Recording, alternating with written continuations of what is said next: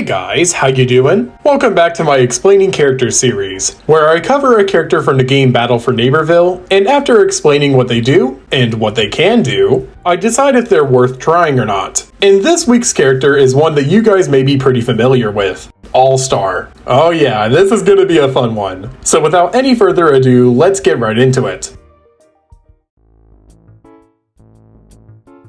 Okay, so let's start out with a quick history lesson on who All-Star is and where he comes from. All-Star first appeared in the original Plants vs. Zombies game, and that first appearance pretty much solidified his entire gimmick, his bulk. Ever since that point, he's become the tank class on the zombie side, with his kit not really changing at all across the games. And heck, in PVZ 2, he even uses a sprint tackle to take out any plant in front of him. So now that you understand who All-Star is, let's actually take a look into his basic stats. He has 200 HP, and his primary, the football cannon, deals 7 to 8 damage in normal circumstances, with an RPM of 570. However, that great damage does come at a cost. First of all, he has an overheat system, and he can only shoot around 50 bullets before needing to cool down. On top of that, he also has a small issue regarding mobility, which is to say that he slows down and he can't jump when his primary is primed up. There's a fix for that very issue, but we'll discuss it later. For now, let's move on to his abilities. Let's start out with Imp Punt. This ability is basically an instant beam bomb, as it detonates almost as soon as it makes contact with an enemy or a floor. But unfortunately, that lowers its damage quite a bit, making it only hit 100 damage. That's not bad by any means, but it's not like an insta-kill for most characters. The next ability is Sprint Tackle, which does 75 damage. This ability allows All-Star to, well, tackle. It has a very tight hitbox, so it's better off used as mobility, which actually makes All-Star a pretty mobile character. At least when it comes to getting around. It unfortunately doesn't really help his primary. And finally we have Dummy Shield, which got a buff in BFN. I know, shocking. This ability now pretty much makes a Gibby shield around All-Star. And for those of you who don't understand Apex lingo, it's basically just a dome. I believe that Dome has somewhere around 500 HP, so unlike Gibby's Dome, this one's actually breakable. But it's still very good, and it makes All-Star just that much better at defending. So now you know the basics of All-Star. He's a very well-rounded character, and I'm sure you understand why you probably see so many of them in your matches now. Especially in last week's weekly, which was basically All-Star Mania. But we're not done yet, oh no. Now we get to move on to his upgrades.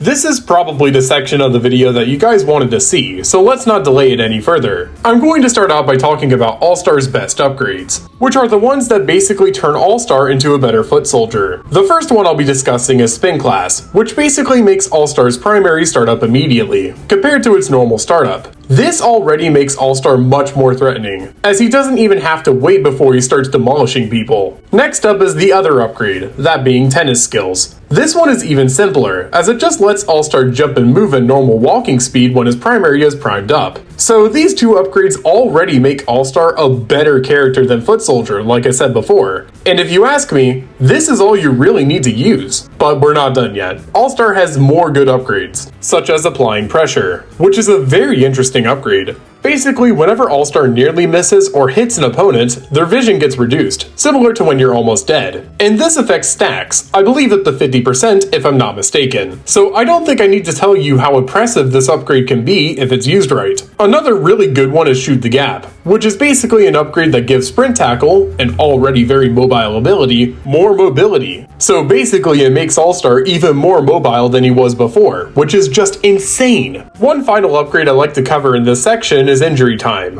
which is very similar to an upgrade I talked about in my last video on Nightcap. Basically, when Dummy Shield is placed, any teammates who are down but not out can be revived twice as fast as they would be normally. This upgrade is helpful to anybody who likes to play a little bit of healer as an All-Star. So now we get to discuss something very fun. My recommendations for All-Star builds. The idea in this section is that you guys can either use these builds I recommend, or you can change them and make them your own unique build. With that out of the way, let's start with a support build. This build contains Injury Time, Shoot the Gap, Refreshing Revive, and Health Regeneration Delay. Every single one of these upgrades serves one purpose or another, mostly for healing teammates and healing yourself. Next up is an oppression build, which has applying pressure, follow through, and rough patch. Now this build actually uses an upgrade that I haven't explained yet, so allow me to explain it quickly. Basically, follow through just pushes enemies further back when you sprint tackle them. So in other words, it's a great combination with applying pressure. And for my final build I recommend, it's the one I recommend the most. Tennis skills, spin class, and shoot the gap.